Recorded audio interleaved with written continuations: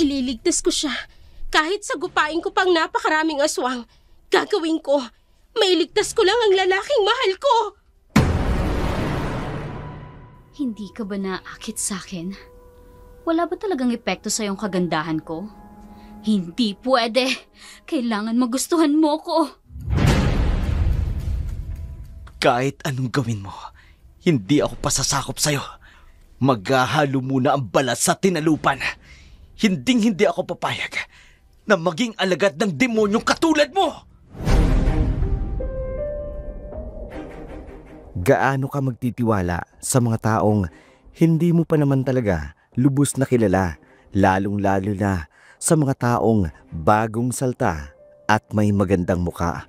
Magandang araw po sa inyo. Sa araw na ito, isa na namang naiibang kwento ang ating bibigyan ng buhay. Kwentong padala ng isa sa ating mga masugid na taga-subaybay.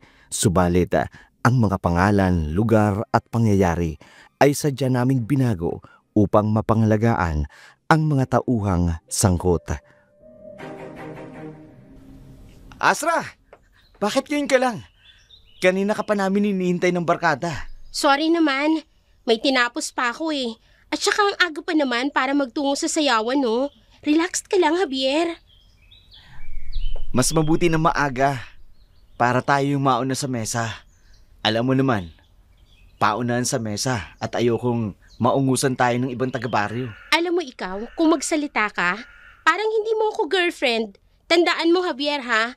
Pumayag lang akong pumunta ka sa sayawan dahil kasama mo ko. Susto naman maganda kong girlfriend. Nag-uumpisa ka na namang magselos. Ikaw lang yung pinakamagandang babae sa paningin ko, okay? Hindi ako nagsiselos. Ang gusto ko lang naman, respeto. Pagdating natin sa sayawan mamaya, ayokong makikipag-trouble ka sa ibang mga taga-baryo para lang sa ibang babae. Opo, hindi ko gagawin yun. Kaya huwag ka na magalit, ha? Good. Nasaan na nga pala si Tiago? Nasa loob ng kubo. Alika, pumasok na tayo. Kanina ka pa hinihintay nun eh. Okay, tara na. Hola, amigo! Narito ng pinakamaganda kong girlfriend! Hi, Astra! Hi, Astra! Mga gago. Sanay na ako sa mga kalokohan ng boyfriend kong si Javier at ng mga barkada nito. Ayos lang naman sa akin dahil hindi naman sila nasasangkot sa mga krimen o kahit anong labag sa batas na gawain. Mag-iilang buwan na rin kaming magkasintahan ni Javier simula nang bumalik ako galing Maynila.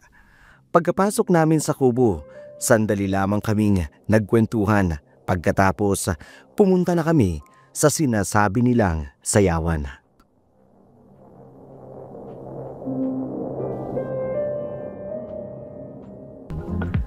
Ang daming tao ngayon ah! Oo nga yun! Nax! Ang daming chicks, oh! Ito yung bet ko eh. Tsak makakarami ako nito. Mag-ingat ka, Tiago, ah. Dahan-dahan sa pambababae. Pasalamat ka wala kang girlfriend. Siyempre naman, Astra. Hindi pa talaga ako patatali, no? Mag-e-enjoy muna akong tumikim ng iba't ibang chicks. Sige ah, maiwan ko na kayo ah. May naspat na akong Diyosa eh. Sige pare, enjoy ah! Javier, sumama ka na sa mga kabarkada mo. Sumayaw ka na dun sa gitna. Sigurado ka? Hindi ka magsiselos? Hindi nga. As long as hindi kita nakikitang nakikipaglaplapan ng halik dyan sa kung sino-sinong babae. Kaya sige na, sumayaw ka na dun. Ayos ka lang ba talaga, Astra? Ayos lang nga sa akin. Ang kulit naman eh. Sige na, dito lang ako. Iinom lang ako ng konti. Ang cool talaga ng girlfriend ko ah. Sige, pupuntahan ko lang sila Tiago. I love you. I love you too. Miss, isang bote nga ng beer. Yun lang ba? Oo, yun lang. Oh, eto na yung beer mo. Teka, taga rito ka ba? Hindi. Kadarating ko lang nung isang linggo. Kailangan kasi ng katuwang ng lolo ko, kaya pinapunta ako dito ng mga magulang ko. Ganun ba? Siya nga pala. Ako nga pala si Astra. Astra Isadora. Pero mas kilala ko sa tawag na Astra. Hindi ko rin kasi gusto yung Isadora eh. Pangalan kasi yun ng lola ko. Masyadong makaluma. Pero don't get me wrong ha. Mahal ko naman ang lola ko. Sadyang mabantot lang talaga yung pangalang Isadora para sa akin. Ikaw, anong pangalan mo? Ako nga si Socorro. Talaga? Akala ko ako lang ang may makalumang pangalan eh. Ikaw din pala. Oo, kinuha din yung pangalan ko sa lola ko sa tuhod. Wow! Parehas tayo. Oo nga. Pero Socorro, hindi ito biro ha. Pero ang ganda-ganda mo. Ha? Naku, hindi naman. Mas maganda ka nga eh. Ang puti-puti mo, tapos ang kinis mo pa, samantalang ako morena. Hoy, ano ka ba? Huwag mong ilalang yung kulay mong morena. Ang ganda-ganda mo kaya. Hindi ako nagbibiro. Kakaiba talaga ang ganda mo. Pwede ka nga mag-audition ng artista sa mga reality show ng Maynila? Talaga ba? Pero hindi ako papayagan ng mga magulang ko eh. Okay lang yun. Kapag nagkalakas ng loob ka, hanapin mo ko. Sasamahan kita. Talaga? Oo naman. Gusto mo ipakilala kita sa mga kaibigan ko at sa boyfriend ko. Naku, wag na Astra. Nakakahiya. Halika na, huwag ka na mahiya. Halika na. Sige. Boys! May gusto ko ipakilala sa inyo. Bago kong kaibigan, si Socorro. Wow, Astra! Mukhang may tatalo na sa ganda mo ah. Salamat. Hi! Ako nga pala si Javier. Boyfriend ni Astra. Ako naman pala si Socorro. Diba, sabi ko sa'yo, maganda ka. Huwag mo nang itago yan. Join ka sa aming sumayaw para naman makakilala ka pa ng mas marami pang friends habang narito ka sa baryo namin. Sige, pero nahihiya talaga ako eh. Huwag kang mag-alala, Socorro. Hindi ka namin pababayaan. Lalo na ako. Sige salamat. Sus! Umiiral na naman yung pagiging playboy mo, Tiago. Huwag si Socorro ha. Inosente to. Di ko naman sasaktan eh. Promise. Ewan ko sa'yo. Guys, sayaw na lang tayo. Hanggang sumapit ang umaga. Socorro! Halika! Sayaw tayo! Sayaw, Sige. sayaw! Sige! Buong gabi kaming nalunod sa kasiyahan at pagsasayaw. Pagsapit ng 3:00 ng madaling araw, marami na ang mga lasing sa paligid.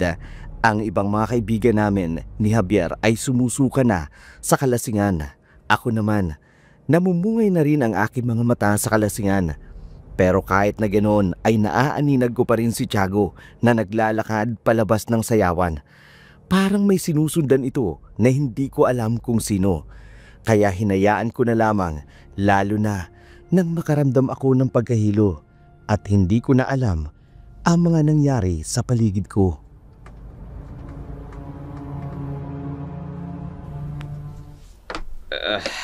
Hey, puta kanina pa tayo naglalakad eh.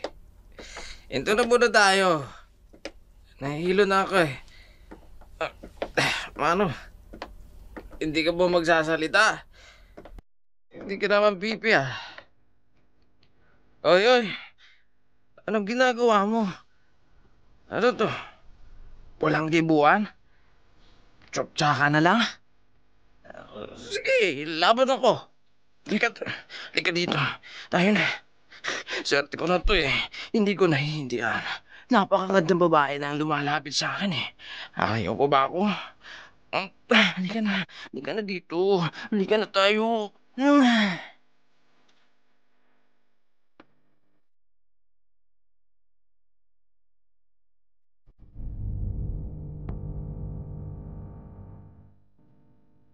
Sumapit ang umaga. Nagising akong masakit ang aking ulo. Parang binibiyak sa sakit. Kaagad akong bumangon. Lumingalinga sa paligid nang mapagtanto kong nasa ligtas na ako ng lugar. Kasama ko si Javier. Kaagad akong bumangon at ginising ang humihilik pang si Javier.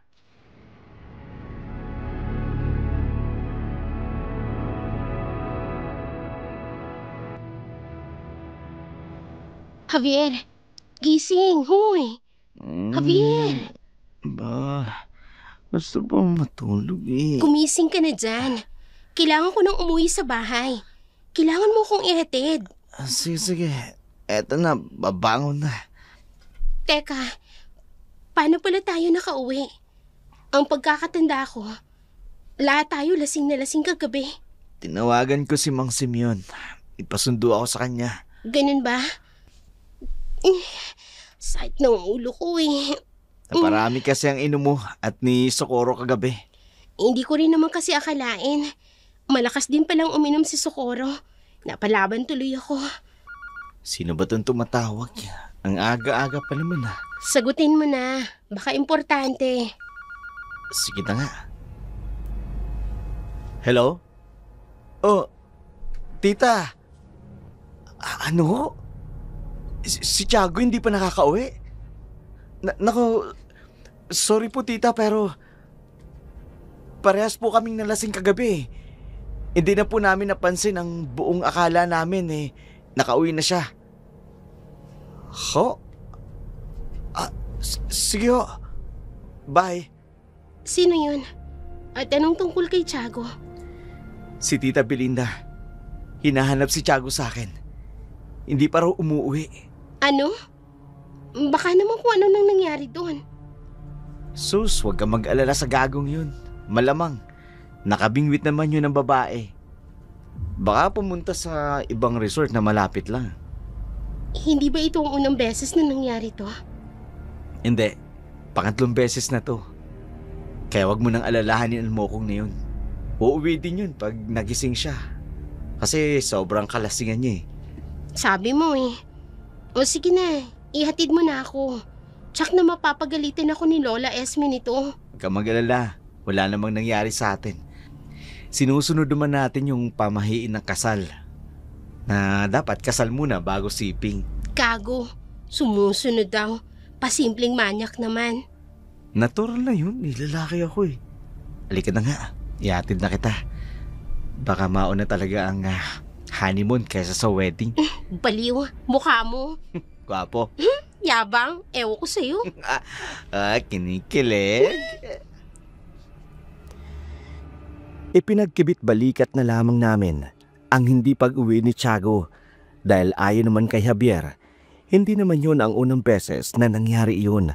Pagka-uwi ko sa bahay, kaagad akong sinalubong ng aking lola, si Javier, ang sumalo ng lahat ng pangaral ni Lola sa akin. Pagkatapos niyon, nagpaalam na rin si Javier na uuwi na dahil matutulog pa daw siya. Ako naman, mabilisang naligo at bumalik na rin sa pagtulog. Nagising ako mga bandang hapon na maalinsangan ang paligid. Yung kahit makulimlim ang kalangitan, maalinsangan pa rin.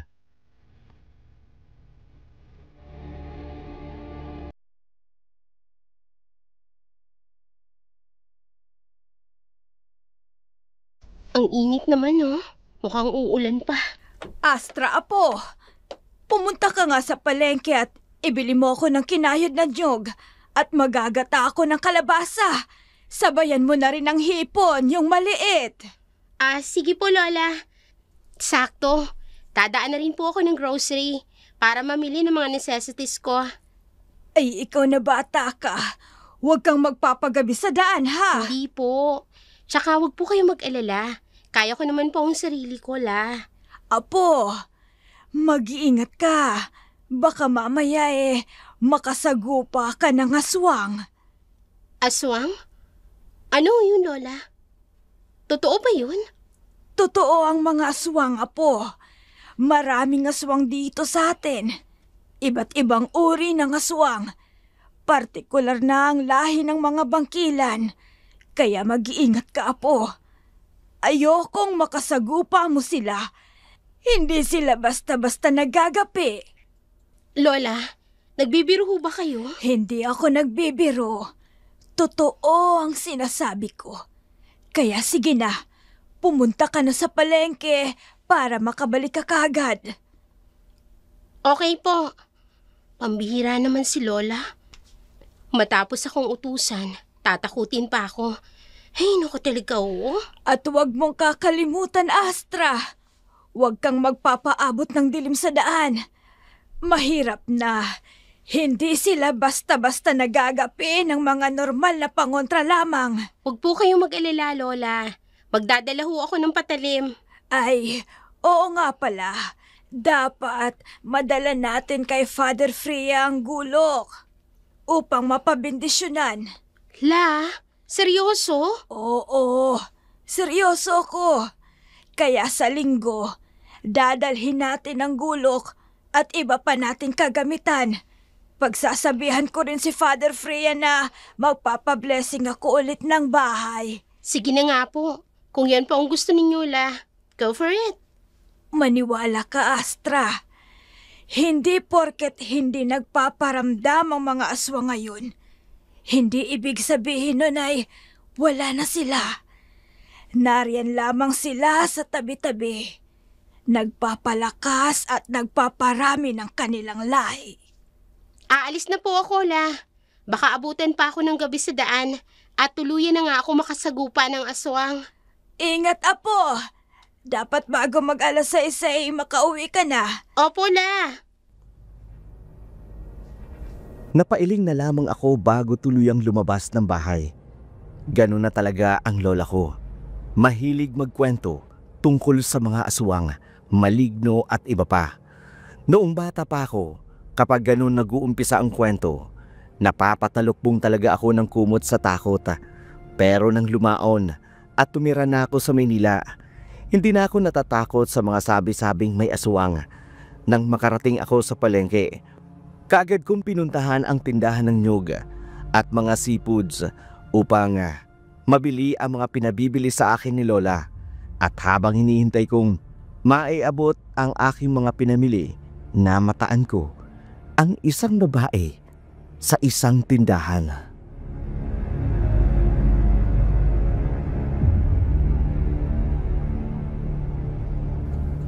Si Socorro yun, May pwesto pala siya dito sa palengke. Ang ganda-ganda niya, no? Bago lang ang tindera niyan dito. Maraming ang nahuhumaling sa kanya. Naiinis nga ako kasi mas maganda siya sa akin. Maganda ka rin naman. Ikaw ha? Hindi ka lang beautiful. Marunong ka rin magsabi ng totoo. Oh, dahil dyan, may discount ka. Nako, salamat. Sige ha, lalapitan ko lang yung kaibigan ko. Okay, balik ka rito, Suki. Socorro, Astra? hindi ko alam may pwesto ka pala rito sa palengke. Oo. Sa lolo ko to. Pero nagtitinda ka rin dun sa sayawang kagabi, di ba? Ginagawa talaga ng lolo ko yun. Nagtitinda siya ng mga alak. Kaya lang, hindi magandang pakiramdam niya. Kaya ako muna ang inutusan niya. Nako, kagabi pala nag-pass out ako. May hangover pa nga ako ngayon Ako din Napagalitan nga ako ng lolo ko. Ang lakas mo nga sa inuman Hindi naman. Sige kailangan ko nang umalis. Baka masira tong hipong binili ko Kita na lang tayo minsan. Sige, ingat sa daan, Astra. Para ka ring si Lola O siya, sige na Aalis na ako. Sige, ingat. Kumaway ako kay Socorro. Bago tuluyang umalis, nakailang hakbang pa lamang ako, ay narinig ko na ang kwentuhan ng mga kalalakihan. Gandang-ganda ang mga ito kay Socorro. Ang iba'y nahihiya lamang lumapit. Napangiti na lamang ako. Totoo naman kasi ang sinabi nila. Kahit ako, humahanga rin sa gandang taglay ni Socorro. Pagkarating ko sa bahay, napakunot ang aking noo nang makita si Javier sa aming balkonahe.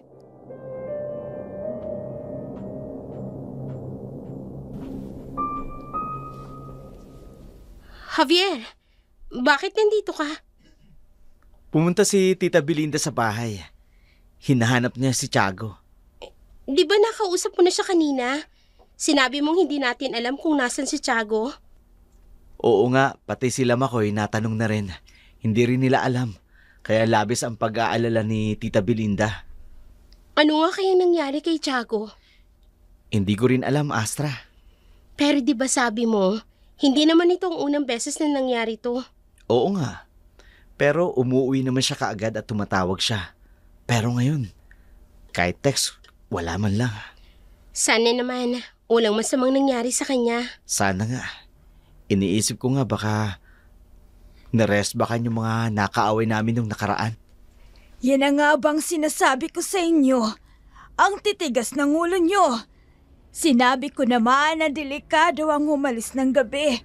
Baka mamaya, nabiktima na ng aswang yung si Tiago. Lola Ismi naman, wala naman pong aswang sa panahon ngayon. Tingnan mo po, itong baryo natin. Hindi na kasing liblib nung mga bata pa kami. Yan din ang madalas sabihin ng mga taong hindi pa nabibiktima ng aswang, Javier. Pero totoo sila. Sabi ng aking ama noon, sadyang hindi basta-basta sumasalakay ang mga aswang dahil may iba't ibang dahilan sila kung bakit hindi sila umaatake muna. Lola, hindi naman po siguro inaswang si Tiago. Baka nga po si Tiago pa ang nang aswang ng babae kagabi. Ay nakoy, kayong mga kabataan nga naman ngayon. Hindi na kayo naniniwala sa kasabihan naming matatanda. Po? Ay nako, Astra, tulungan mo na nga lang ako. At ikaw naman, Javier, magsiba ka ng panggatong. Ako? Ay, sino ba? Di syempre ikaw. Hala, Lola, sige na. may Kilos na. gas stove naman po tayo. Hey, akala mo ba nakalimutan ko na doon kayo nagpalipas ng gabi sa bahay ng lalaking yan, Astra? Hoy, hindi porket boto ako sa'yo, Javier. Hindi ibig sabihin nun pwede mo nang igarah itong apo ko nang hindi pa kayo kinakasal. Ganyan ba talaga ang lola mo? Walang preno kung magsalita kanina, no? Wala naman pong nangyari sa amin. Ay, magtigil ka nga. Ikaw yata tong tunay na aswang inaaswang mo nga po ko. Kailan na nga ba kayo magpapakasal? Ako po, anytime po. Si Asra lang naman ang ayaw Ano? Bakit naman? Lola, marami pa po akong gustong gawin. Tsaka mga bata pa naman kami ni Javier para magpakasal. Anong bata?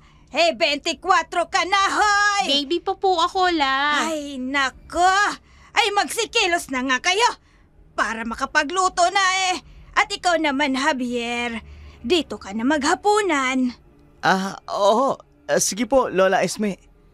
Sanay kami ni Javier sa ugali ni Lola. Istrikta ito, pero mabait naman. Pagkatapos naming iluto ang mga pagkain para sa hapunan, tumambay kami sa labas ng bahay namin. Maalinsangan pa rin kasi ng panahon na yun. Nasa ganun kaming tagpo nang biglang mag-ring ang cellphone ni Javier.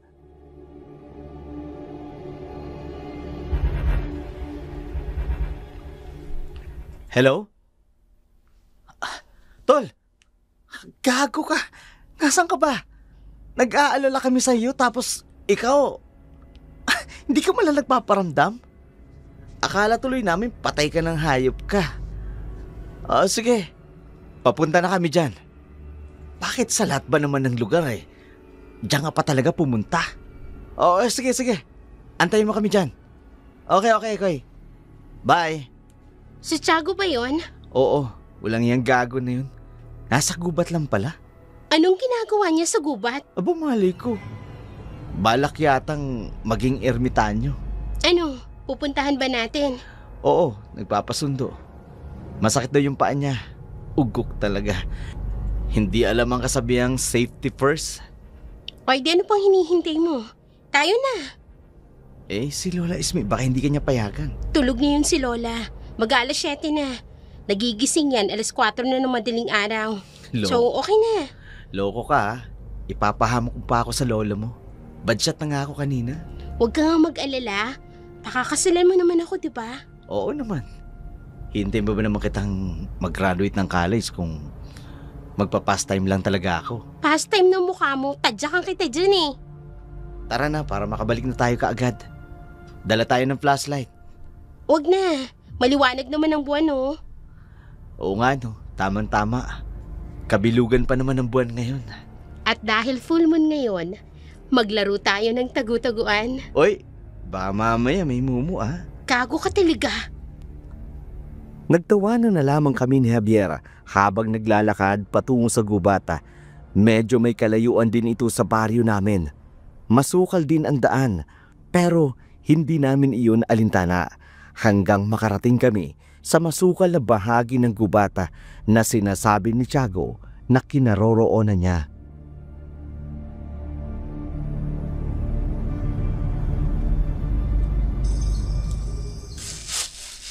Tiago! Hoy! Nasaan ka bang gago ka? Narito na kami! Ang lamig ha. Parang nanunuot sa buto ko yung lamig ng hangin. Oo nga eh. Nasaan na bang gagong yun? Sigurado ka ba dito yun? Oo. Dito ang sabi niya sa malaking puno ng balete. Pero wala naman siya dito eh. Javier. Sandali lang ha. Tiago! Oh. Lumabas ka na! Javier! Bakit? Ano yun? Diba, jacket ni Tiago yan? Iyan oh. Teka. Oo nga. Pero bakit parang gula-gulanit at nababalot ng dugo? Anong nangyari? Javier, masama ang kutob ko. Baka may nangyaring masama kay Tiago. Hindi. Kailangan mahanap natin siya. Tiago! Tiago! Naririnig akong kalusko sa bandang yun. Javier, umalis na tayo. Baka kung may masasamang loob dito. Tiago? Ikaw ba yan? Anong ingay yun? Parang nanggagaling sa isang malaking hayop. Isang napakalaking hayop na aso. Mabalahibo siya at namumula ang kanyang mga mata, Javier. Hindi siya normal na aso. Susugurin niya tayo! Tumakbo na tayo, Javier! Uwakan mo kamay ko! Hindi tayo dapat maghiwalay! Oo na! Tayo na! Bilis! Ano nangyari? Javier! May mga buhok na pumupulupot sa leg mo! Bakit hindi ko may galaw ang mga pako? Hindi! May mga buhok na nakapulupot sa pako! Hindi ako makahinga! Hindi! Ang mga buhok unti-unting pumupulupot sa liklik! Anong aso ka? Kanina lang naging alimaw ka na! Tapos may mga mahabang buhok at ang dila mo! Pinupuluputan ako ng buhok niya sa patlig na... Hindi! Unti-unti niyang ipinapasok ng buhok niya sa tenga at iloko! Tiago! Tiago, tulong!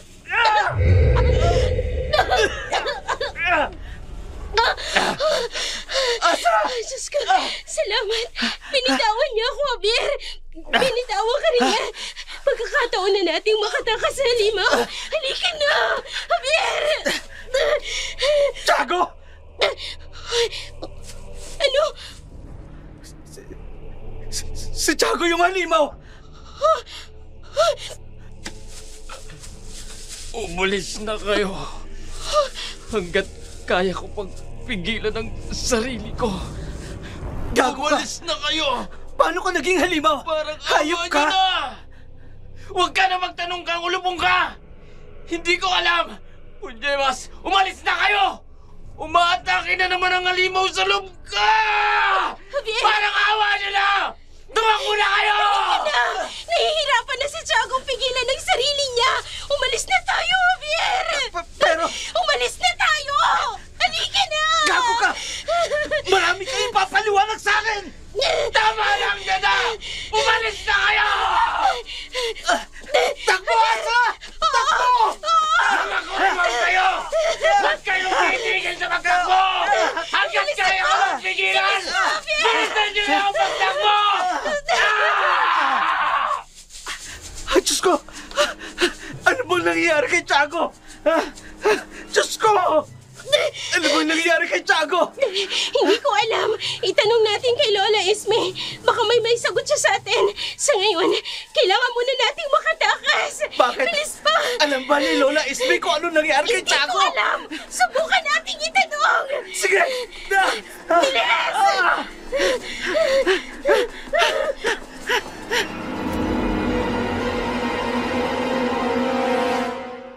Walang habas kaming tumakbo ni Javier. Dinig na dinig namin ang nakatatakot na alulong ng mga aso at ang nakatatakot na sigaw ni Tiago.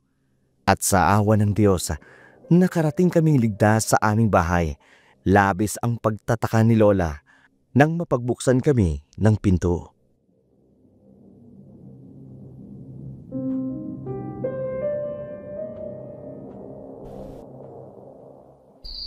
Anong nangyari? Ang buong akala ko pa naman tulog ka na, Astra. Saan ba kayo galing? At tila hapong-hapo kayo. Sa gubat po, Lola. Nang ganitong oras. Nakatanggap po kasi ako ng tawag kay Tiago. Ang sabi niya, sunduin daw namin siya sa gubat. Pero iba yung nadatna namin. Anong ibig mong sabihin? Naging halimaw si Tiago, Lola. Pinuluputan niya kami ng mahaba niyang buhok. Mabuti na nga lang po, bumalik siya sa katinoan.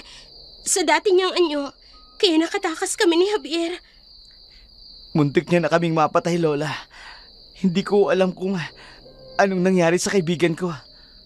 Pinuluputan niya kamo kayo ng mahahabang buhok niya. Opo, Lola. Isang kubot. Ano? Isang kubot na aswang. Naging isang kubot na aswang ang kaibigan mo, Javier. Ang mga kubot na aswang ay magaling sa pamamagat. Nag-aanyo silang isang malaki, mabalahibong itim na aso upang lituhin ang kanilang biktima. Lola, yan nga po yung nangyari kanina. Isang malaking aso ang una naming nakita. Pero, paano po? Walang lahing aswang ang kaibigan ko. Asra, halos kaidaran lang natin siya. Kilala natin siya noon pa. Oo nga po, Lola. Kahit kayo, kilala niyo si Tiago. Kilala ko ang buong angkan niya. Pero wala sa kanila ang may lahing aswang. Kung ganun, paano siya naging aswang, La? Hinawaan siya ng pagiging aswang. Sino naman po ang gagawa nun sa kanya? Sa tagal po nating naninirahan dito, wala naman ako nababalitaan na merong ganyang nangyari. Yan ang aalamin natin. Isa lang ang lahi ng aswang na alam kong mabilis nakakahawa ng pagiging aswang. Ano po? Mga bangkilan. Bangkilan? As in, pangil? Ang mga bangkilan ay lahi ng mga maharlikang katutubo natin noon na isinumpa ng mga diwata. Magaganda ang kanilang anyo. Nagagawa nilang hawaan ang kanilang mga biktima gamit ang kanilang laway. At nagagawa nilang pasunurin ang mga nahawaan nila na gawin ang kahit na anumang naisin nila. Parang gayuma, pero Oo. sabi niyo kanina kubot, tapos bangkilan. So pag nahahawaan, nagiging kubot? Ganun na nga. Kaya mag-iingat kayo. Nasa paligid lang ang bangkilan. Pero, paano po si Tiago? Nayanggaw ang kaibigan mo, Javier. Ganyan ang nangyari sa mga bagong saling aswang. Hindi nila nakokontrol ang kanilang mga sarili. Kung ganon, delikado ang lugar natin. Oo. At hanggat maaari ay huwag kayong lalapit sa gubat. Kailangang balaan natin ng mga taga-baryo. Hindi sila maniniwala sa atin, Apo. Liban na lamang kung makikita nila mismo ang mga nayayanggaw na aswang. Doon pa lang sila maniniwala. Sa buong buhay ko, hindi ko akalain na muntik na akong mabiktima ng isang aswang. Mabuti na lang, mabait talaga ang Diyos dahil hindi niya hinayaang tuluyang kaming mapatay ni Tiago. Lumipas pa ang mga araw. Patuloy pa rin ang paghahanap kay Tiago.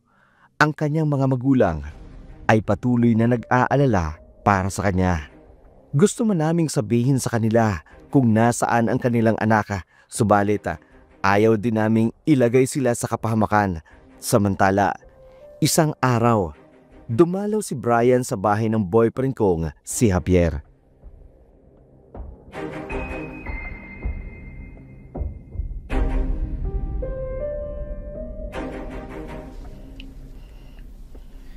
Tol, kumusta?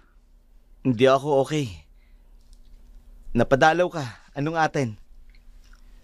Wala lang. Gusto ko lang tumambay. Alam ko na kung may kailangan ka. Sabihin mo na nang matapos na. Kasi tol, hanggang ngayon, kinukulit pa rin ako ni Tita Belinde. Tungkol kay Tiago. Eh di sabihin mo, wala kang alam. Pero tol, wala ka ba talagang alam kung nasan si Tiago? Mas close kayo ng mokong na yun eh. Sasabihin ko ba sa'yo? Maniniwala ka. Punyemas naman tol oh. Kahit sabihin mo pa sa akin naging bulate ang gonggong na yun, maniniwala ako. Tol, naging aswang siya. Hayop ka? Nagbibiro lang ako, sineryoso mo naman? Pinanalo mo naman ang mga intrusive thoughts mong mokong ka. Hindi intrusive thoughts yun. Totoo yun. Kahit itanong mo pa kay Astra. Alam mo tol, gutom lang yan eh. Ang mabuti pa, bibili ako ng pagkain. Balita ko, masarap ang tinda nung magandang dayo na tindera sa palengke. Kaya dito ka lang ha, bibili ako ng pagkain. Pagkatapos, iinom tayo. Ano, cool? Bahala ka. Basta ako nagsasabi ako ng totoo. Naging aswang si Tiago. Maniniwala ako kung makikita ko. Ika nga nila, to see is to believe. Sabi ni Javier, wala na raw siyang nagawa nang hindi siya paniwalaan ni Brian sa isip-isip niya kung hindi rin niya mismo nakita si Tiago na nagbago ang anyo at naging asawang sa harapan niya. Baka hindi rin siya maniwala. Kwento pa ni Javier, makalipas ang 15 minuto, bumalik na si Brian sa kanilang bahay. May dalang take-out na pagkain at bakas na bakas ang sobrang saya sa mukha nito.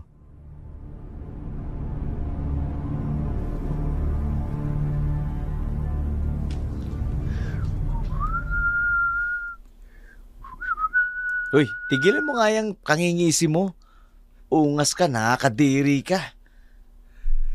Ito naman oh, ang Killjoy. Masaya kasi ako. Eh bakit? Kasi, di ba? Dati, inggit na inggit ako sa'yo dahil naging girlfriend mo si Astra. Gayong alam mo namang matagal ko ng crush yun. Uy, gago ka ha. Huwag mong susulutin ang girlfriend ko ha, kundi bibigwasan kita. Kahit kaibigan kita, hindi kita igagalang. Alam ko naman yun. Langyang to. Patapusin mo nga muna ako. Nagsiselos ka kaagad, parang tanga. O sige. Bakit sumisipol ka pa ng my way? Ha? Bakit ka masaya? Ganito kasi yun. Yung bagong tindera dun sa palengke. Oh. Langyatol, ang ganda. As in, parang lakambini. Kahit morena. Pero nagniningning. Sobrang ganda talaga tol. Kaya lang, mukhang marami akong kaagaw eh. Si Socorro? Kilala mo? Bobo neto. Ipinakilala sa atin ni Astra yun nung nasa sayawan tayo. Hindi ko maalala eh. Lasing na yata ako nun. Baka masiba ka sa alak. Pero tol, walang halong biro. Tinamaan yata ako dun eh. Ang ganda talaga. Maganda si Astra. Pero ibang klase din talagang hatak ng alindog nun. Parang pinaghalo-halong Aramina, Joyce Jimenez. At sino pa nga ba yun? Tigilan mo nga ako, Brian. Huwag mo nga akong idadamay dyan sa kalokohan mo. Nagbago na ako. Hindi na ako ang dating playboy. Sus, naging girlfriend mo lang si Astra. Kinalimutan mo na ang pagiging fubo mong animal ka. Kung sasaktan mo rin lang naman si Socorro, huwag mo nang ituloy. Baka mamaya, magalit pa sa akin si Astra. Itinuring pa naman kaibigan yun. Basta, liligawan ko yun. At sisiguraduhin ko na mapapasagot ko siya. Oh, saluhan mo na ako dito. Doon ko binili tong pagkain sa karinderya nila. Wag na. Busog pa ako eh. Pakiipot ka pa. Di ko pa alam. Patay gutom ka rin naman. Oy, hindi ako kasing siba mo ha. Ay nako. Makain na nga. Ang sarap ah. Lalo na tong dinuguan. Suwabe tol. Humahagod. Malinamnam. Puwerte. Sabi ni Javier, pinagmasdan niya lamang daw si Brian na sarap sa kinakain nitong dinuguan at puto. Masarap naman daw ang aroma ng pagkain, pero wala daw talaga siyang ganang tikman iyon. Hindi rin sila natuloy sa napag-usapan nilang inuman dahil umuwi na si Brian nang i-text ito ng ina. Samantala, kinabukasan, maagang pumunta si Javier sa bahay.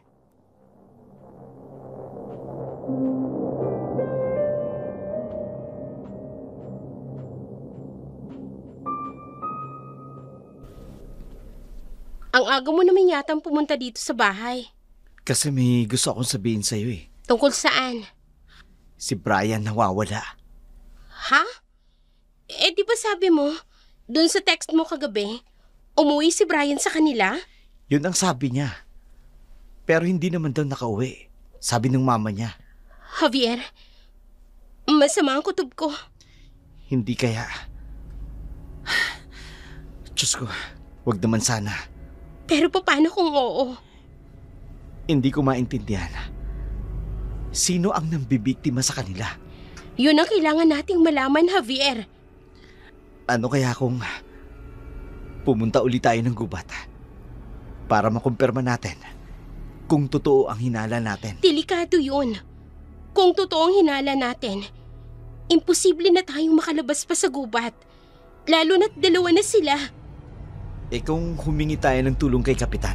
Sa tingin mo maniniwala sila? Well, wala silang choice kundi maniwala. Dahil kung hindi sila maniniwala, mas marami pang mabibiktima ang aswang na nanghahawa ng pagiging aswang. Di kung ganon, ano pang hinihintay natin? Puntahan na natin si Kapitana. Nang mga sandaling iyon, napagkasunduan naming dumulog kay Kapitana. Mag-aalas 10 ng umaga nang dumating kami sa barangay hall. Abala ang lahat para sa paparating na piyesta. Kaagad kaming dumiretso sa tanggapan Kapitana. Naabutan namin itong kasalukuyang kumakain.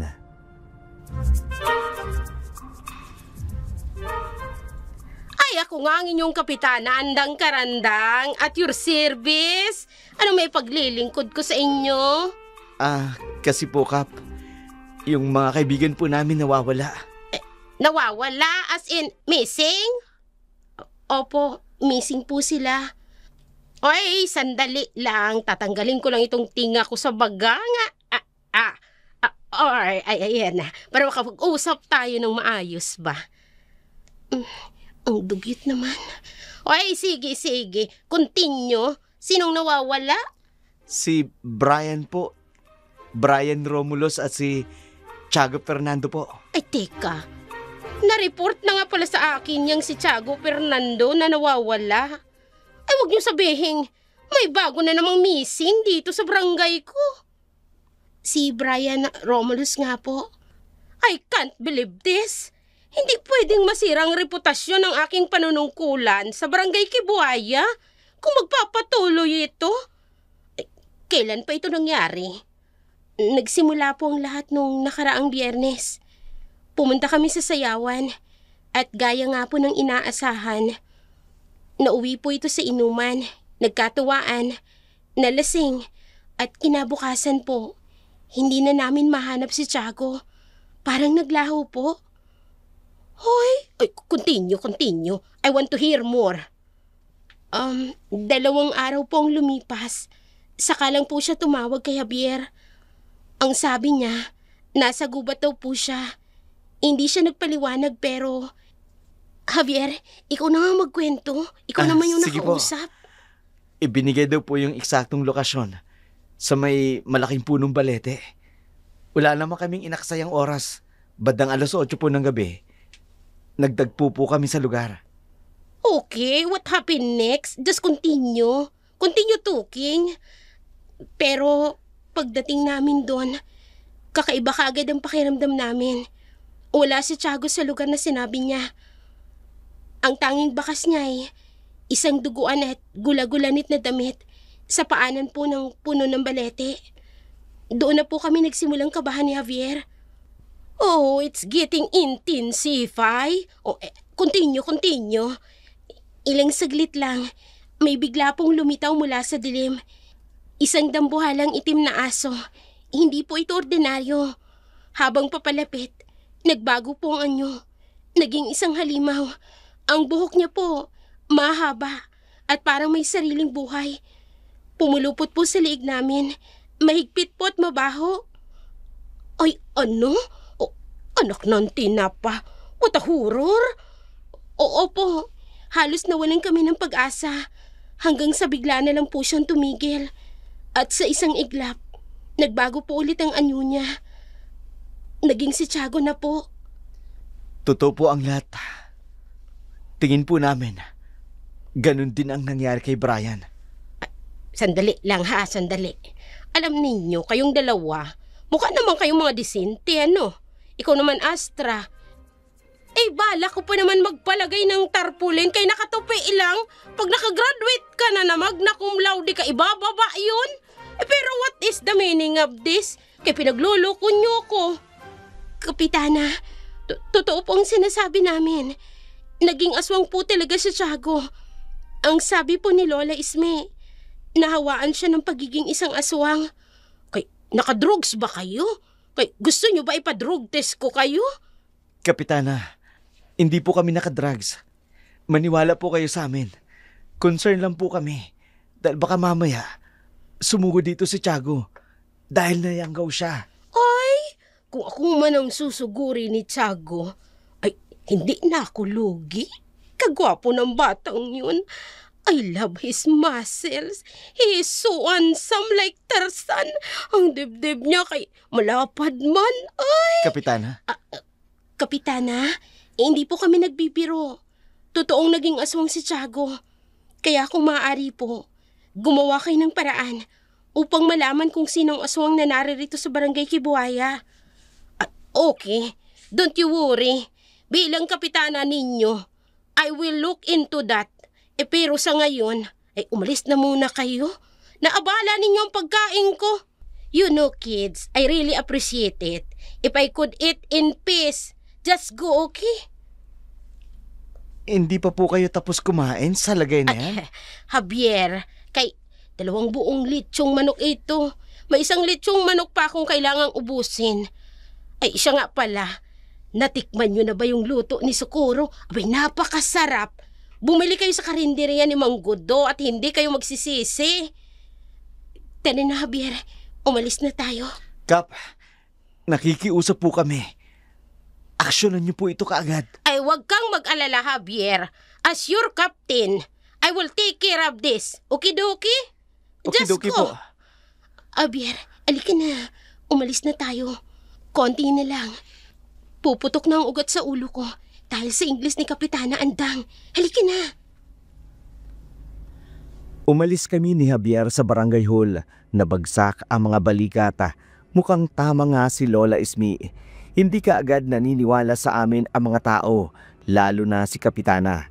Kaya naman, nag-isip kami ng paraan para magawa ng paraan ang mga nangyayaring kababalagan sa baryo Kibuaya.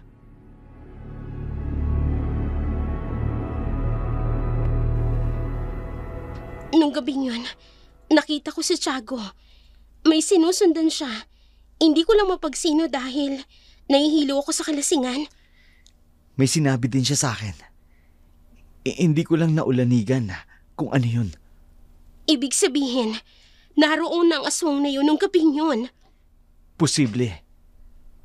At si Tiago, ang una niyang naging biktima. Posible ding babae ang aswang at pwedeng kasing edad lang natin. Dahil kung matanda na, hindi siya susundan ni Tiago. Posibleng babae.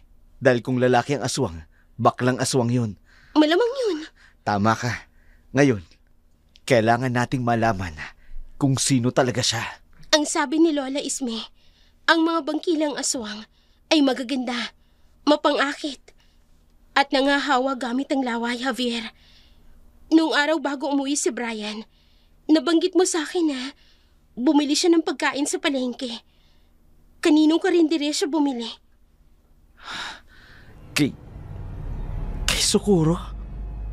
Kumain ka na ba ng pagkain binili niya? Hindi. Wala akong gana ng mga oras na yun eh. May suspect na ako kung sino. At mag-uumpisa tayo sa kanya. Ha? Sino? Sino bang bagong dayo dito sa baryo natin? Si Socorro. Bingo! Nagkatinginan kami ni Javier dahil napagtagpi-tagpi namin ang mga pangyayari at konektado iyon sa aming sospek. Kaya naman, ng mga sumunod na araw, minanmanan namin si Socorro. Ilang order po ng menudo? Lima. Sige po. Parang wala naman siya ginagawang masama. Kaya nga suspect pa lang, di ba? Innocence until proven guilty. So may possibility na hindi talaga siya. So meron pang iba. Well, ang tinitingnan nating anggulo ngayon ay siyang bagong salta dito sa baryo. At ang sabi ni Lola, ang mga bangkilan ay magaganda. Check siya sa part na yun. May kaakit-akit na alindog. Check din yun. Meron po dito. Ilan ba sa'yo, Neng? Hindi ka ba naiinggit sa ganda niya? Bakit naman ako maiinggit? Maganda naman ako. Sexy din ako. Ang ganda kasi may iba-ibang aspeto naman yan eh. At higit sa lahat, sabi nga, Alam ko na yan. Beauty is in the eye of the beholder. hindi yan yung isa pa. Yung a face can be painted to please the world, but only truth can color the soul. Yun nga yun.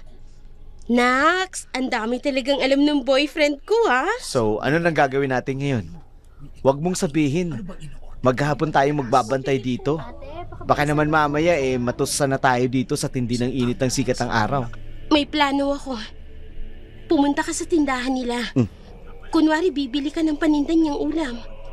Magkano po dito May galit ka ba sa akin? Paano kung bangkila na talaga yan? Gusto mo bang mahawaan ako ng pagiging aswang? Siyempre hindi no. Kaya nga kunwari lang. Hindi mo naman kakainin. Sige na nga. Basta dito ka lang ha. Oo, dito lang ako. Sige na, pumila ka na dun. Sige. Tumanaw ako kay Javier habang patungo sa harapan ng tindahan nila Socorro. Kaagad itong pumila sa mga taong nakapila sa tindahan. Maya-maya pa'y nakita kong nag-uusap sina Socorro at Javier.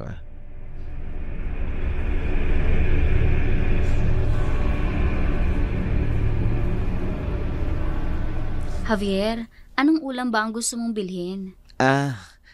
Gusto ko sanang matikman itong kaldereta. Baka gusto mo din tikman itong dinuguan. Masarap to. Isa to sa mga bestseller namin eh. Ha? Sige. Isang order na rin ng dinuguan. Yan ang kinain ni Brian bago siya nawala. Heto siya nga pala. Alam mo ba kung anong paboritong ulam ni Astra? Ang pagkakaalam ko, mahilig yun sa maanghang Naku, tamang-tama. May laing kaming tinda tapos Bicol Express. Socorro, tama na tong order ko. Ayos na ako dito. Hindi, ibibigay ko na itong libre sa kanya. At sabihin mo rin kay Astra, kapag may oras siya, daanan niya naman ako dito sa tindahan. Sige ba? Socorro, tama na pakikipag-usap mo yan. Asikasuhin mo na ang mga customer. Opo, Lolo. Magkano ba lahat ng babayaran ko? Javier, 110 pesos lahat-lahat. Heto. Socorro, bilisan mo na dyan. Ikaw naman na binata, huwag kang makipagtsismisan dito sa apo ko. Hindi mo ba nakikita ang haba ng pila? Pasensya na po. Socorro, aalis na ako Nakita kong nagmamadaling umalis si Javier sa tindahan ni Socorro.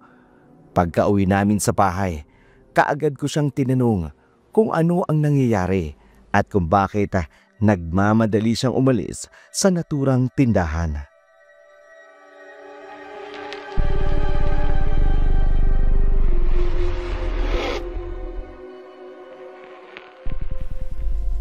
Anong nangyari? Bakit nagmamadali kang umalis? Nandun yung lolo niya eh. Nakatatakot yung aura kung makatingin. Parang kakain ng taong buhay. Talaga? Oo. Tsaka kaiba yung itsura ng lolo niya. Paano kakaiba? Parang ang tanda ng itsura niya. Pero ang liksing kumilos. Alam mo yun? Hindi ko magamit ng tungkod tapos yung mata niya parang hindi mata ng isang tipikal na matanda. May itinatago siguro maglolo. Kailangan pa natin silang manmanan, Javier. O anong gagawin natin dito sa mga ulam na pinabili mo sa akin?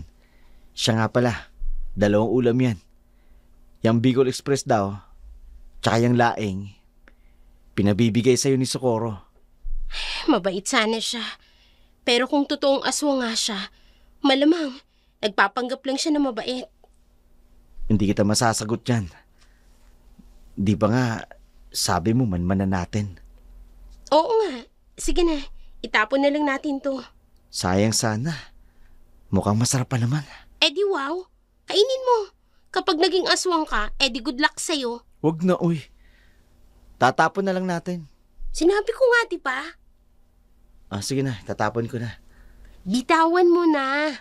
May hinihintay pa kasi ako eh. Dapat magsalita muna siya. Lola! Andyan po pala kayo. Ay, mga apo! Si Lola? Saan na naman kaya nanggaling to? Baka sa kapitbahay nakipagchismisan. Baka nga. La, nandito ho kami. Ay, mabuti naman at nandito ka na sa bahay. Dahan-dahan lang po sa paglalakad. Baka kung matalisod ka, La. Aalalayan ko na ho kayo. Ay, salamat, Javier. Ay, nakakapagod. Gusto mo ng tubig? Ikukuha kita. Ay, wag na. At may sasabihin ako sa inyo. Ano po yun? Ay, yung apo ni Merced, si Tali, nawala kahapon. Ano po? Nakita na po ba? Yun na nga ang nakakalungkot. Dahil nakita na lang ay mga gamit niya na palutang-lutang sa ilog. Diyos ko, hindi pa nga tapos ang problema natin kila Tiago at Brian. Ngayon, mga bata naman ang nawawala. Mga aswang ang may kagagawa ng lahat ng ito, apo. Kailangang mapuksa na sila bago pa sila makapaminsala ng mas marami. Mas naging nakatatakot ang baryo namin dahil sa mga krimeng nangyayari. Kahit dumulog na kami sa barangay, parang wala namang aksyong ginawa sila kapitan. Kaya naman, kinabukasan, napagpasya naming magtungo sa barangay hall upang mag-follow up hinggil sa aming naging suplong ni Javier.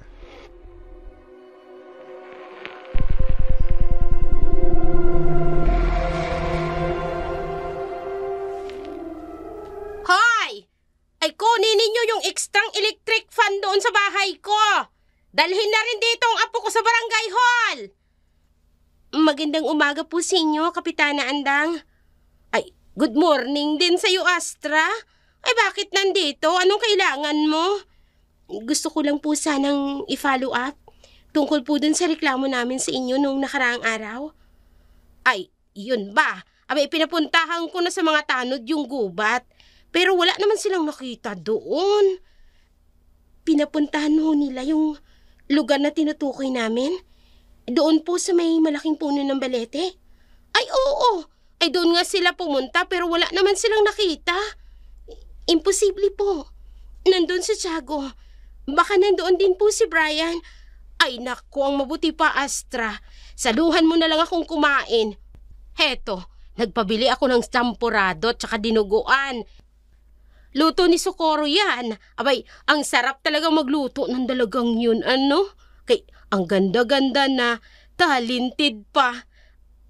Kap, huwag niyo pong kainin yan. Ha? Masarap talaga. Bakit ayaw mong ipakain sa akin to? Akong bumili nito.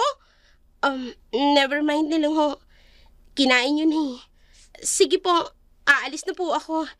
Ay sige Astra, kay mag-ingat ka. Subukan mong bumili ng pagkain doon. Masarap talaga ang luto niya. Kahit wag na po. Marunong naman po ako magluto. Kasing sarap ba nito? Hindi na lamang ako kumibo. Nagpa siyang lisanin ang barangay. Alam kong hindi talaga kinalugad ng mga barangay tanod ang gubata. Pero ayaw ko nang magpumilit pa kay Kapitana Andang. Sa kabilang dako naman, nag-text sa akin si Javier na hindi na muna siya makakapunta sa bahay dahil pupunta daw siya sa kanyang uncle sa bayan. Ang tagal naman ni Uncle Tomas.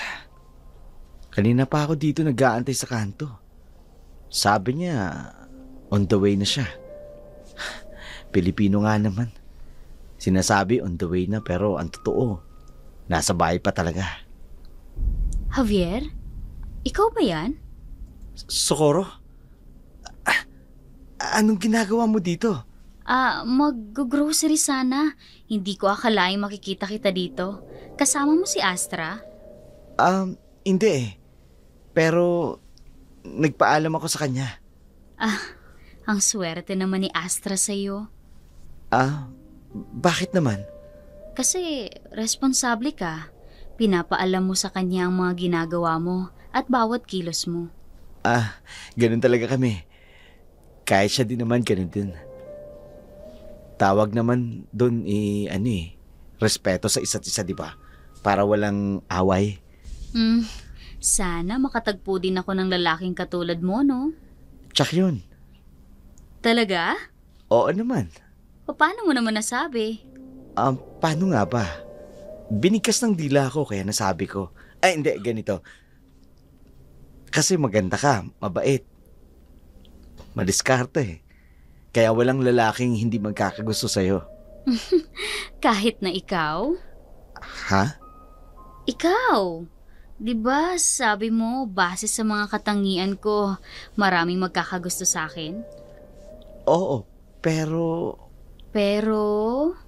alam mo, Socorro, kaming mga lalaki, magkakaiba yung gusto namin sa babae.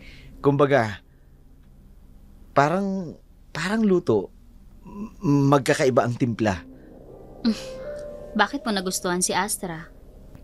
Hindi naman siya kasing galing ko sa pagluluto Palagi ka pa niyang tinatarayan kapag naririnig ko kayong nag-uusap. Magaling siya magluto, tamad ka lang. Teka, sandali. Ano ba yung pinupunto mo?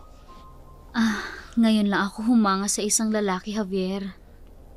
Hindi kita maunawaan, Socorro. Gusto kita, Javier. Ano? Socorro, hindi maaari. May girlfriend na ako. Hiwalayan mo siya. Para tayo na lang dalawa. Mahal ko siya. Pero, masigit na mas maganda ako sa kanya. Hindi yun mahigitan ng pagmamahal ko sa kanya. Hindi ka ba naaakit sa akin?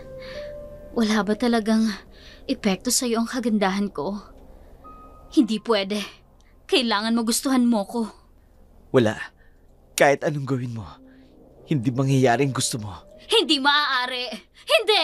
Mapapasa akin ka! Anong ginagawa mo? Dormis in tebris et solum, expecerius cum ego te excitamo. Hindi. Namimigat ang talukod ng mata ko. Anong ginagawa mo sa akin, Socorro? Magiging akin ka na. Hindi. Hindi ka na makakabalik sa babaeng mahal mo.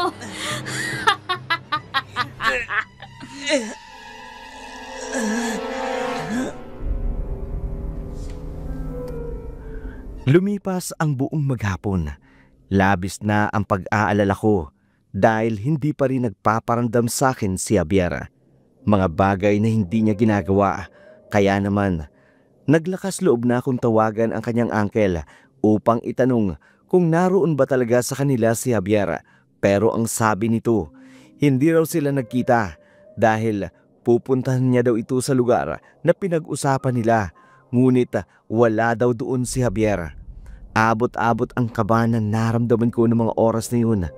Natigil na lamang ako nang biglang may isang panauhin na hindi ko inaasahan sa aming bahay. Magandang gabi sa iyo, Astra. Socorro, anong ginagawa mo dito sa bahay? Gusto ko lang sanang dalawin ka. Ayos lang ba? Sorry kung pumunta ako dito nang wala man lang pasabi sa iyo. Hindi, ayos lang. Tuloy ka. Salamat. May dala nga pala akong pagkain. Salamat. Ayos ka lang ba? Mukhang balisa ka. Si Javier kasi hindi pa tumatawag sa akin. Huwag mo akong pansinin. Ayos lang ako. Huwag kang mag-alala. Baka kasama lang ng mga kaibigan niya. Hayaan mo, tatawag din yun sa'yo. Oo, baka nga. Socorro, gusto mo bang ipagtimpla kita ng kape? Sige ba? Masarap ba yung partner dito sa cassava cake na dala ko? Dito ka lang Ipagtitimpla lang kita ng kape. Sige. Kukuha ko ng bawang at asin. Ang sabi, takot ang aswang sa bawang at asin.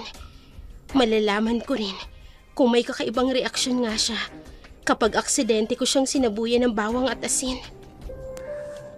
Kaagad akong nagtungo sa aming kusina at nagtimpla ako ng kape. Wala si Lola Ismi ng gabi na yun dahil isinama siya ng isa kong tiyahin sa bahay ng mga ito sa bayan. Samantala, pagkatapos kong magtimpla ng kape ni Socorro, bumalik na ako sa balkonahe kung saan ko siya iniwan. Socorro, heto na yung kape mo. Salamat, Ast. Sorry nasabuyan kita ng asin at bawang. Hindi. Ayos lang. Bakit ba kasi may dala kang bawang at asin? Hindi ka takot? Hindi ka man lang napasok? Anong pinagsasasabi mo? Bakit na naman ako matatakot sa bawang at asin? Hindi naman ako aswang. Pero... Astra? Iniisip mo bang aswang ako? Ha? Hindi no. Ano lang kasi... Huwag kang mag-alala. Ayos lang. Hindi naman ako galit, no? Pero, halika. Pagsaluhan natin tong pagkaing dala ko. Masarap to, promise. Nakatulala kong pinagmasdan si Socorro. Niwala akong nakikitang pagbabago man lang dito. Sabi kasi ng lola ko, takot ang mga aswang sa asin at bawang. Kaya malaking palaisipan sa akin kung bakit hindi ito naapektuhan sa ginagawa kong pagsasaboy dito ng asin. Nagkwentuhan kami saglit pero kahit anong pilit nitong pakainin ako nang dala nitong pagkain, hindi ko na ginawa. Umalis din kalaunan si Socorro at naiwan ako mag-isa sa aming bahay.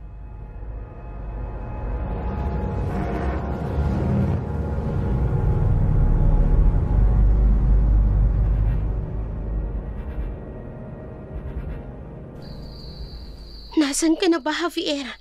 Bakit hanggang ngayon hindi ka pa rin tumatawag sa akin? May kumakatok. Baka si Javier na to. Sino yan? Ako to, Astra. Javier? Sandali lang. Bubuksan ko lang ang pinto. Bilisan mo, mahal ko. Ang lamig dito sa labas. Anong tawag mo sa akin? Mahal ko? Hindi ganyan ang tawag sa akin ni Javier. Mahal ko. Buksan mo na itong pinto. Sige na. Ang lamig dito sa labas. Javier? Mahal mo ba talaga ako? Oo naman. Ano bang klaseng tanong yan, mahal ko? Kung ganon, anong madalas mong itawag sa akin? Bukod sa mahal ko. Irog ko? Hindi ikaw si Javier. Sino ka? Bakit mo ginagayang boses ng boyfriend ko? Mahal ko, ano bang sinasabi mo? Ako to si Javier. Buksan mo na tong pinto. Hindi! Nililinlang mo ko. Hindi ikaw si Javier. Sino ka?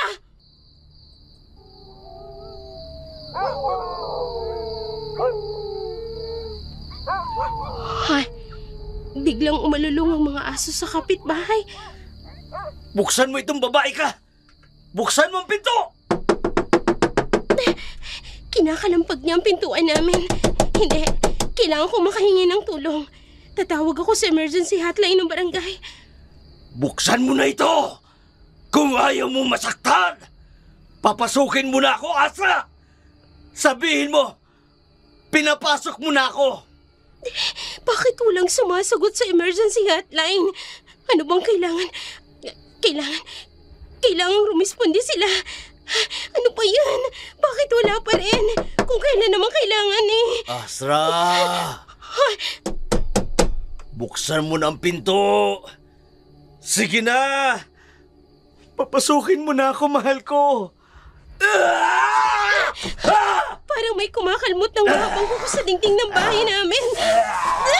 Ang sakit sa tinga. Umalis ka nga, aswang ka! Akala mo ba natatakot ako sa'yo?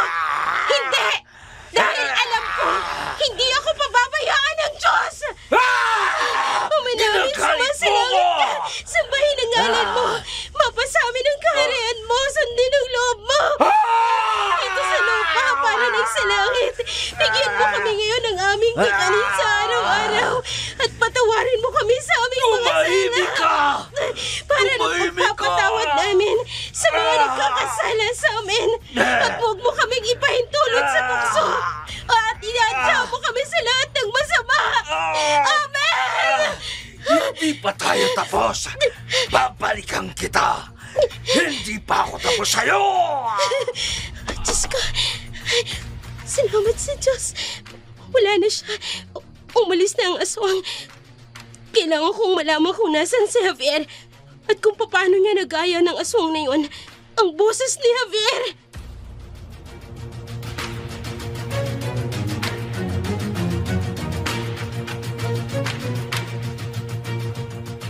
Ayaw ko mang aminin, Dark Shadow, pero takot na takot ako ng gabing yun. Hindi ko akalain na may kakayahan ang aswang na gayahin ang boses ni Javier at lalo pa dumagdag ng kabako at takot dahil hindi ko na makontak si Javier. Kinabukasan noon, minanmanan ko uli ang tindahan nila Socorro. Ewan ko ba kung bakit natapunan ko siya ng asin at wala malang epekto sa kanya. Subalit, hindi pa rin ako kumbinsido.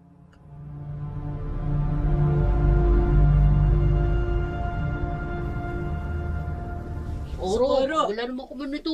Ako naman dinugal sa akin, Socorro. Ako, inihaw na naman loob, tsaka nilagang buto-buto.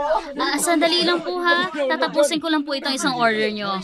Wala naman ako nakikitang kakaiba sa kanya. Pasensya na po. Pero hindi pa rin talaga ako kumbinsido. Ang sabi ni Lola, meron din daw kwento ng mga aswang. Pangontra laban sa mga manunugis. Pasensya na. Pila na lang po kayo ng maayos para mapabilis po tayo. Ay, bumukas ang pinto sa likod ng kusina. At kitang-kita rito sa pinagtataguan ko. Ay, paano nangyari yun? Nasa harapan si Socorro sa may tindahan. Paano? Astra? Paano? Saan ka nang galing? Anong nangyari sa'yo? Bakit ngayon ka lang nagpakita, Brian? Tulungan mo ako, Astra. May nangyayari sa akin na hindi ko maintindihan. Sige, halika. Magtungo tayo sa simbahan. Mas mabuting doon tayo mag-usap. Huwag na lang sa simbahan. Doon na lang sa tambayan natin. Kung hindi ka papayag na sa simbahan tayo mag-usap, hindi ako sasama sa'yo. Pero bakit? Wala ka bang tiwala sa akin? Marami ng kababalaghan ang nangyari sa akin, Brian. Kaya hindi ako basta-basta magtitiwala pa. Sige. Pumapayag na akong sa simbahan tayo mag-usap. Basta mangako ka, natutulungan mo ako. Oo, tutulungan kita. Basta't kaya ko. Kung ganon, tayo na. Labis ang pagkabigla ko nang makita ko si Brian. Ibang-iba na ang itsura nito mula sa dati nitong anyo. Payat, namumutla at halatang matagal lang walang ligo. Base sa amoy at dumi nito sa katawan, humaba na rin ang mga balbas at ang buhok nito. Mga bagay na iniisip ko na baka ito na nga ang totoong Brian at hindi lamang ako nalilinlang ng aking mga mata. Pagkarating namin sa simbahan, kaagad kaming pumasok doon na napili naming mag-usap sapagkat alam kong tahanan iyon ng Diyos at walang maaaring mangyari sa akin na masama.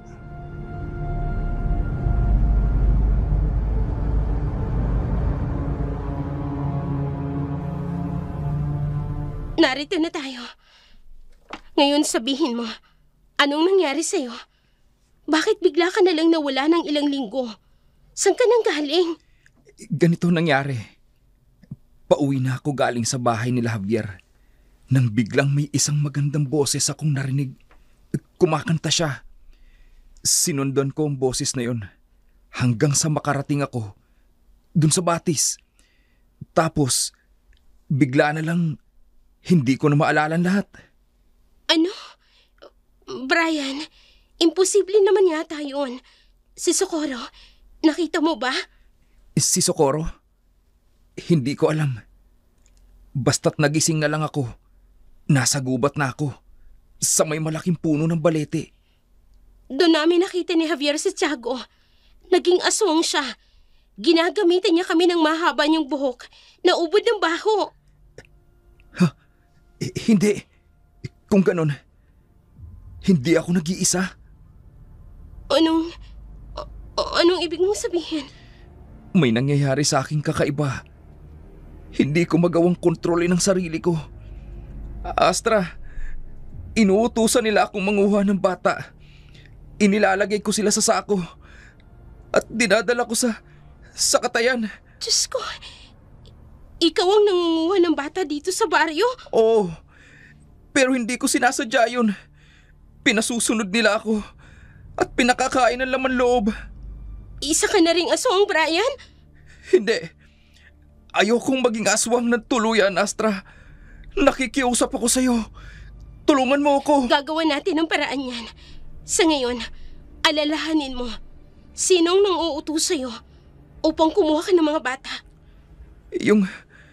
Yung matanda sa palengke. Aling matanda? Yung may-ari ng bagong tindahan sa palengke. Yung lolo ni Socorro? Walang hiya. Bakit hindi ko kagad siya namukhaan? Tama. Siya nga, Astra. Tapos, may isa pa siyang kasama. Isang babae. Pero hindi ko makitang mukha niya dahil may takip ang mukha niya. Si Socorro. Tama nga ang hinala namin ni Javier. Aswang nga siya. Nasaan nga pala si Javier? Katulad ninyo, sigurado akong nawawala na rin ngayon si Javier. Ano? Kailangan natin siyang iligtas bago pa siya tuluyang maging aswang na katulad ko. Ililigtas ko siya. Kahit sagupain ko pang napakaraming aswang, gagawin ko. Mailigtas ko lang ang lalaking mahal ko. Pilit kong tinatatagan ang loob ko ng mga oras na yun, Dark Shadow. Kahit ang totoo'y natatakot talaga ako. Mabilis ang naging pag-uusap namin ni Brian. Napagkasunduan namin na puntahan ang lugar kung saan natatandaan niyang dinala siya ng sinasabing aswang. Pero bago yun, muli akong nagbakasakali kay Kapitana Andang. Kasama ko ng mga oras na yun si Brian upang magpatunay na nagsasabi ako ng totoo. Pero pagdating namin sa barangay hall, natagpuan namin si Kapitana Andang na umiiyak.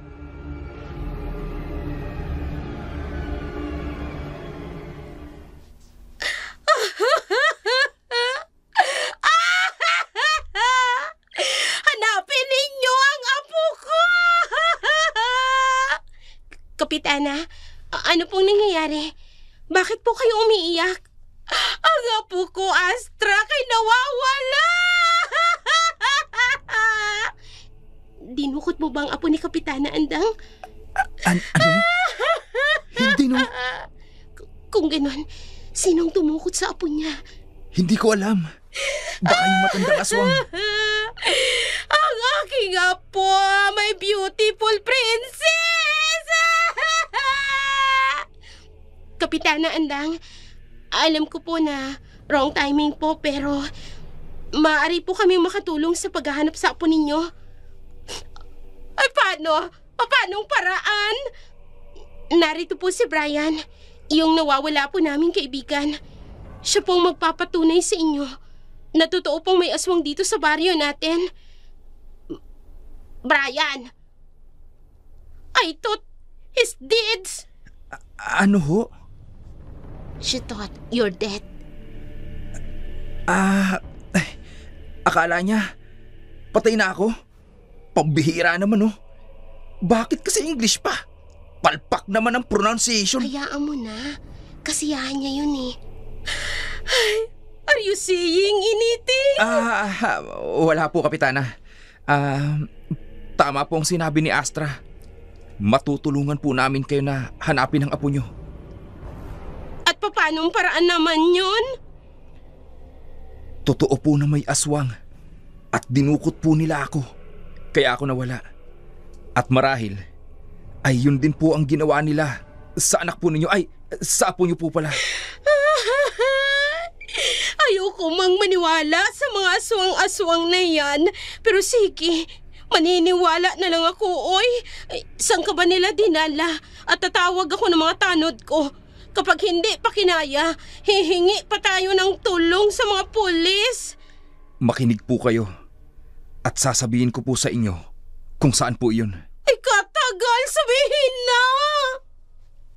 Katulad ng sinabi ni Brian, sinabi nga nito kay Kapitana ang posibleng lugar kung saan dinala ang nawawala nitong apo. Pagkatapos ng pag-uusap namin sa barangay hall, umuwi na muna ako sa bahay. Si Brian naman, umuwi rin sa kanila. Samantala, pagsapit ng dilim, hinintay ko si Brian sa labas ng aming bahay. Katulad ng aming napagkasunduan, mag-aalas 7 na ng gabi nang dumating si Brian.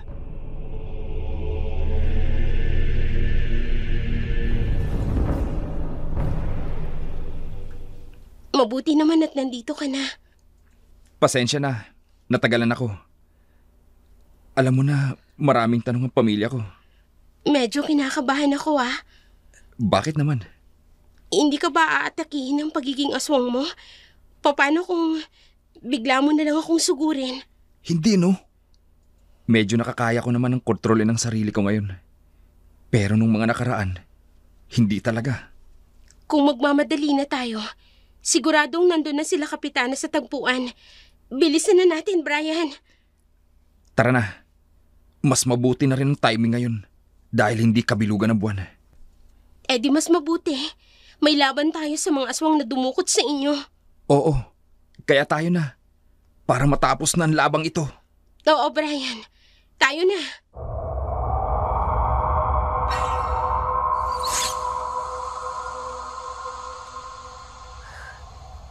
Nagmamadali kaming umalis ni Brian, nagtungo sa lugar na pinagkasunduan namin.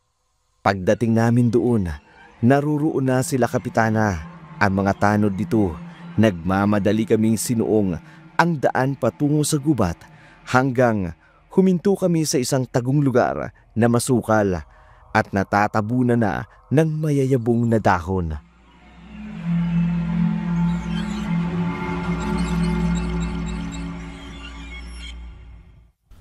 Why are we stopping? Nakikita niyo po ba yung bahay na yan? Diyan sa di kalayuan. Oo. Diyan nila ako dinala. At diyan nila dinadala ang mga nadudukot nilang mga bata. Ay kung ganun, ano pang hinihintay natin? Sugurin na natin ang bahay na yan at baka nariyan ang apo ko. Huwag po tayong susugod basta-basta at baka andyan po yung mga aswang. Oh! Anong klase kaso yun? Napakalaki naman! Aso, Brian, baka yan yung nakita namin ni Javier at naging si Tiago. Mag-ingat kayo. Baka aswang yan. Ha? Ah! Hindi! Pinapulubutan ako ng mahabang buhok! Ah! Tulong! Ay, anong nangyayari? Kapitana! Kapitana! May mga kababalaghan nangyayari dito. Umalis na tayo! Mga kasama! Takbo!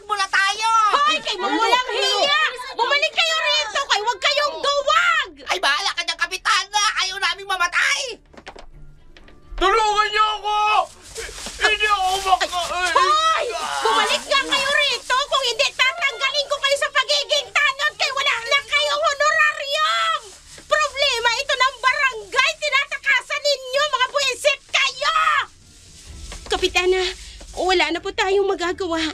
Hindi natin sila pwedeng pilitin. Kailangan na nating makaalis dito. Yung 2 tanod nyo, pinatay na ng isang kubot. Tama si Astra, Kapitana. Tayo na po. Sige. Anong gagawin natin? Ay, Diyos ko, sa tanang buhay ko. Hindi ko akalain na totoong mga hinayupak na mga aswang na yan. Ay, di buga. Mapuli na lang ko sa kapisya. Ay...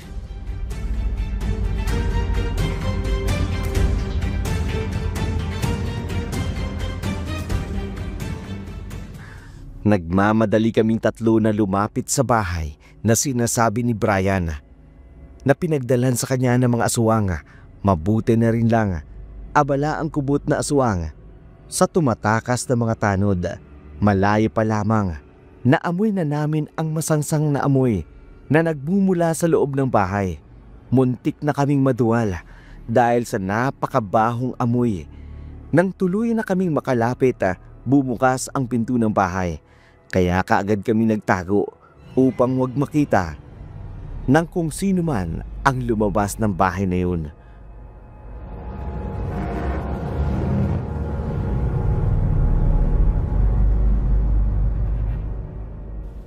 Ang matandang pinunong aswang.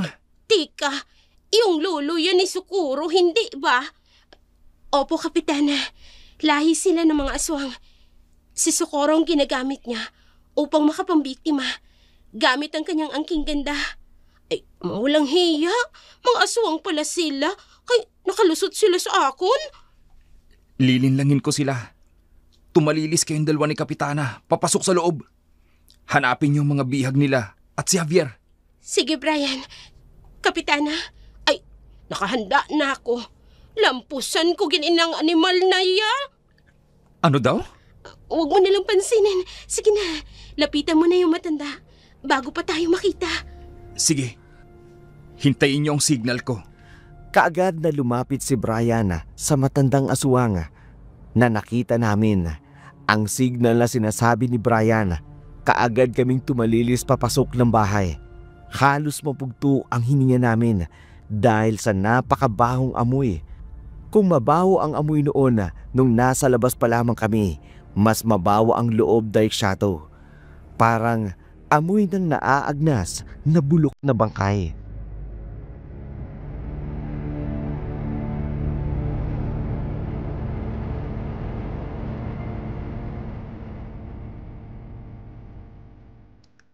Saan nila dinala ang mga bihag nila? Ay, nasa ng apo ko? Kapitana, sa bandang yun, may narinig akong kalabog. Tara na, puntahan natin. Ay, tayo na. Ay, sana narito ang aking apo. Javier? Ikaw ba yan? Astra, Javier? paano kayong napunta rito? Umalis na kayo rito. Baka mapahama ka pa, Astra. Hindi. Tatakas tayo, Javier. Itatakas kita. Kayo na mga batang kinidnap nila. Sinong nagdala sa'yo rito? Paano kayong nakarating dito? Si Brian. Yung kaibigan ninyo. Brian, hindi maaari. Anong ibig mo sabihin? Paano hindi? Tingnan po ang isang kulungan. Si Brian ba yan? Pero, paano? Dahil ginaya ko ang mukha niya upang madala ka dito sa aming kuta. Socorro? Hindi siya si Socorro. Kakambal siya ni Socorro. Isa siyang bangkilan. Sila ang nambibiktima ng mga tao sa baryo. Sila ng lolo niya. Mahal ko. Mabuti naman at ipinakilala mo na ako dito sa aking karibal. Bakit mo tinatawag ng ganyan si Javier? Sandali. Ikaw ang aswang na nagpanggap na si Javier ng gabing yun? Ako nga. Kaya lang ay may utak ka rin pala na hindi ko inaasahan.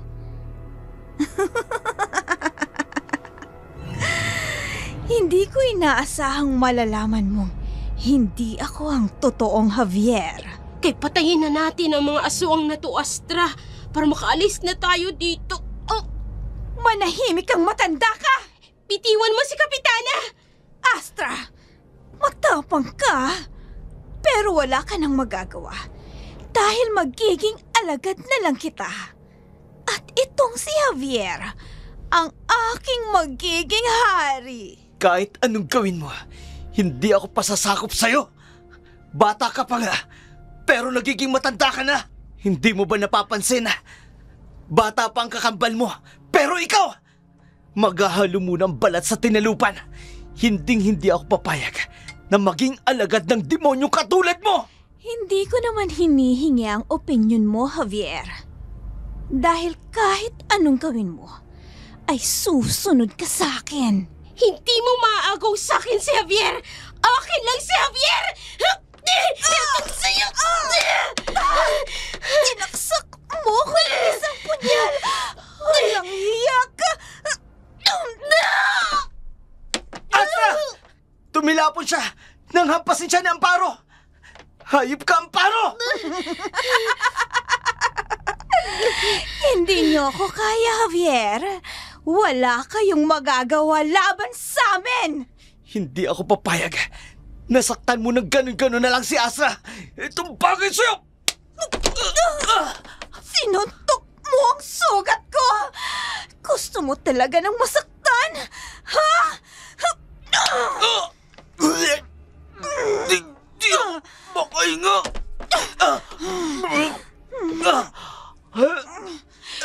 Kung tatraidorin mo rin lang naman ako, dahil sa babaeng yan, mas mabuti na patayin na lang din kita! Patayin mo, lalaki yan, Amparo! Sinabi ko naman sa'yo noon pa. Walang magandang maidudul sa'yo, lalaki yan! Tama kayo, Lolo. Papatayin ko ang lalaking ito! Sayang ka, Javier. Minahal pa naman kita! Hindi! May biglang sumaksak sa leg ni Lolo. Hindi! Lolo Gudo! Kailangan ko matulungan si Javier laban kay Amparo. Ay, ang matandang haswang nakahandusay sa sahig. Sino may kagagawa ng... Anong ginawa mo, Socorro? Isa kang traitor! Bakit mo pinatay ang lolo natin? Husto na ang kasamaan niyo, Amparo! Hindi ko na kayang sikmurain pa! Pagbabayaran mong ginawa mong ito! Astra! Makinig ka sa akin! Socorro! Hawakan mo ang punyal na ito. Ito lang ang makakapatay sa kapatid ko. Alam kong may lahi ka ng sinaunang manunugis. Ang mga katulad mo lang ang makakapatay sa katulad naming mga bangkilan. Pero bakit mo ginagawa ito? Bakit mo ipinagkakanulo ang pamilya mo? Dahil pagod na akong dalhin ng sumpang to. Pagod na akong mamuhay sa kasamaan ng kakambal ko at ng lolo ko. Napakatagal na naming nabubuhay sa mundong ito. Gusto ko nang wakasan ng kanilang kasamaan. Magbabayad ka, Socorro! Uunahin ko ng patayin ang babaeng yan! Dalawang katawan, iisang kaluluwa. Anumang danasin ng isa, mararanasan din ng isa pa. Kung ang isa'y bumagsak, ang isa'y babagsak din. Sa dugo, sa hininga, sa dilim ang kanilang kapalaran ay iisa at hindi mapuputol. Anong ginagawa mo, Socorro? Akin na ang kamay mo, Astra. Hawakan mong mabuti ang punyal. Bakit, Socorro? Upang masaksak mo ko ng ganito. Hindi! Bakit, Socorro? Bakit mo sinaksak ang sarili mo? Para mawala na tayo. Diyos ko! Socorro! Anong ginawa mo? Bakit mo ginawa yun? Bakit sinaksak mo ang sarili mo habang hawak mo ang punyal? Dahil alam ko, yun lang ang paraan upang matapos na ang lahat. Dahil kung hindi ko gagawin yun, hindi niyo matatalo si Amparo at si Lolo. Ngayon, malaya na kayong makaalis dito. Pero Bago yan, itatama ko ang lahat ng ginawa ng aking kapatid. Kung sa akin ito nagsimula, sa akin din ito magtatapos. Ang tahi ng kadiliman, ngayon pinuputol, hugasan ng dugo, kaluluwa, gapos ay palayain, sa liwanag ng uling, hininga, pinapalaya kita mula sa sumpa ng dilim. Socorro, nangihina ka na. May paraan pa naman siguro para mabuhay ka. Kahit hindi na yung kakambal mo at yung lolo mo. Socorro! Wala na. Magkadugtong na ang mga buhay at kapalaran namin. Ang orasyon na binanggit ko ay ang puputol sa sumpa ng magiging aswang ni Javier at ng mga kaibigan niya at sa iba pang hinawaan ni ate. Astra, Socorro! salamat sa maikling panahon. Kaibigan kita. Hindi! Socorro! Socorro! Hindi na siya humihinga! Hindi! Hindi! Socorro! Socorro!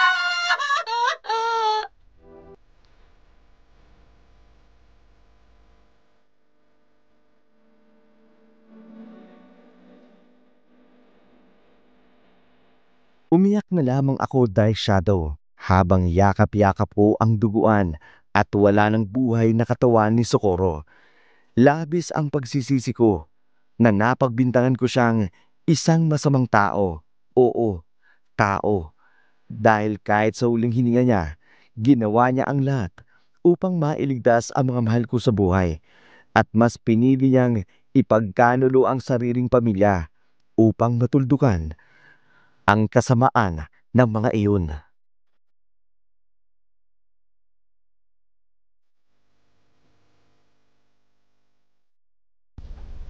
Nailibing ng katawan ni Socorro.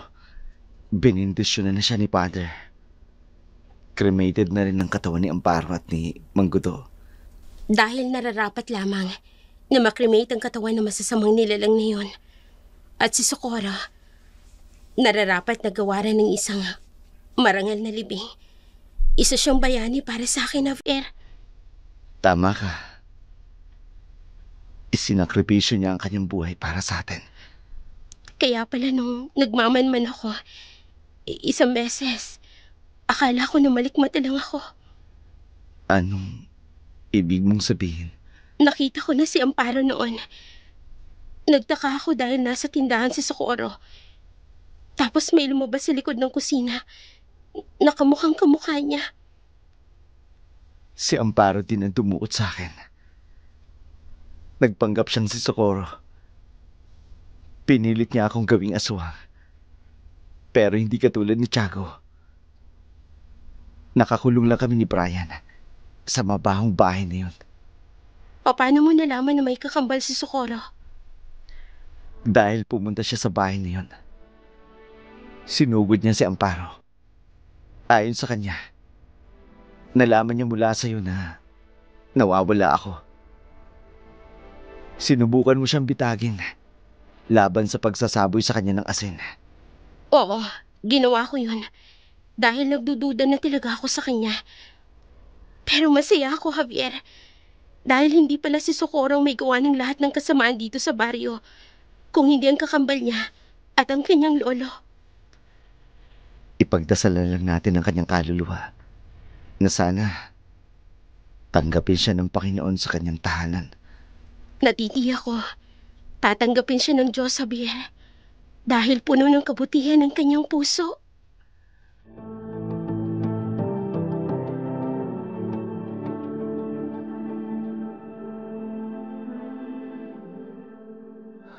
Mga kaibigan, hanggang dito na lamang po ang ating dula para sa araw na ito. Naway inyo pong nagustuhan ang aming tampok na palabas ngayong araw. Muli, taos-puso po kaming nagpapasalamat sa inyo sa aming mga sulid na ka-DS. Hanggat naririyan kayo upang patuloy na sumuporta, kami rin po ay hindi titigil sa paghahatid ng mga makabuluhan at kapanapanabik na kwentong aswang. Maraming salamat po hanggang sa muli. If you're new to our channel, don't forget to subscribe, like, and share. And be sure to click the notification bell so you never miss any of our latest upload. Feel free to leave your thoughts in the comments below. We love to hear from you.